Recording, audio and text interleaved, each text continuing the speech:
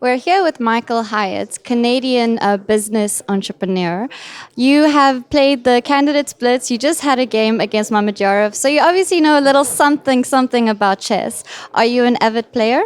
I'm a big fan. I would say it was some kind of game against Mamedyarov. It was a really fun to play. I'm just a huge fan.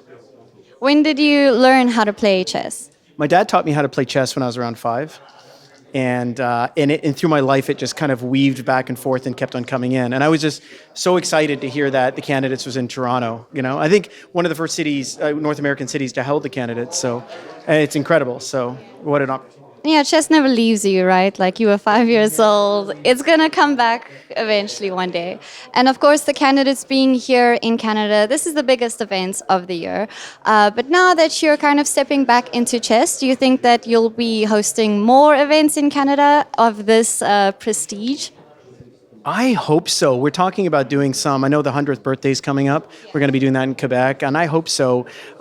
It's amazing how many people love chess. And maybe there's like closeted chess people where they love it and they just don't realize they can come out to events. Like so many people just like it, and it's the great equalizer, right? Because you could turn up to a game and there could be an 8-year-old and they're gonna beat you, and it's like it's the worst. So it's a great equalizer, the game, and everybody seems to like it. It's a very neutral thing, so it's really nice. So.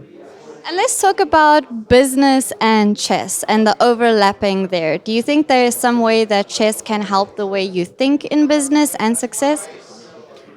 I do. I often speak in chess analogy. Sometimes people don't catch on to what it means. Like, I'll start off with a sentence. I'll say something like, in chess, the hardest move is probably to make a backwards knight move. And I might be saying in business something like, we got to step back to go forward. So I explain to them that making a backwards knight move is actually a very hard move to make because you don't feel like you're going forward. You're remaneuvering. So yeah, I'm remaneuvering. I talk about analogy that way. And I do think about, as best I can, I'm not sure I did much playing Mamedyarov, but 3 moves, 4 moves ahead, I try to think it through.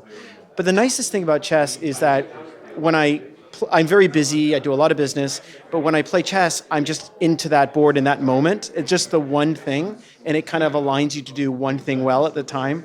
So it's actually kind of nice. Actually, if you could describe chess in one word, what would it be? For me, well, I think it's fascinating, and I also think it's never boring. And I think that some people go, oh, chess, it's long and boring, but it's not, though. It's very exciting, and if you actually watch it and watch these candidates, it's something else.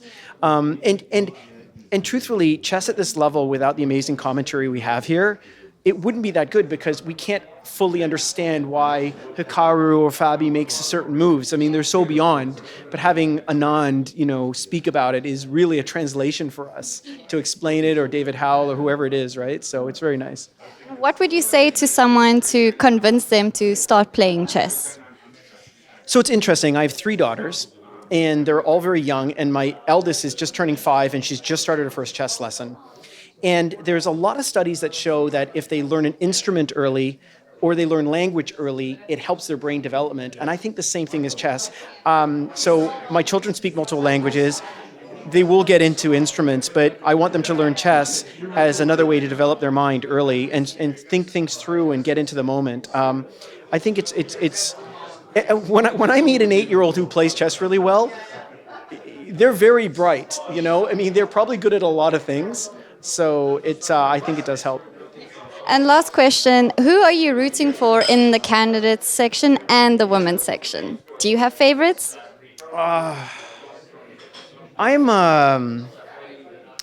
So it's so hard because I'm such a big Hikaru and Fabi fan because the 2 Americans they're so good. But when you step back and you see how many rounds Nipo is actually stayed number 1, it's incredible.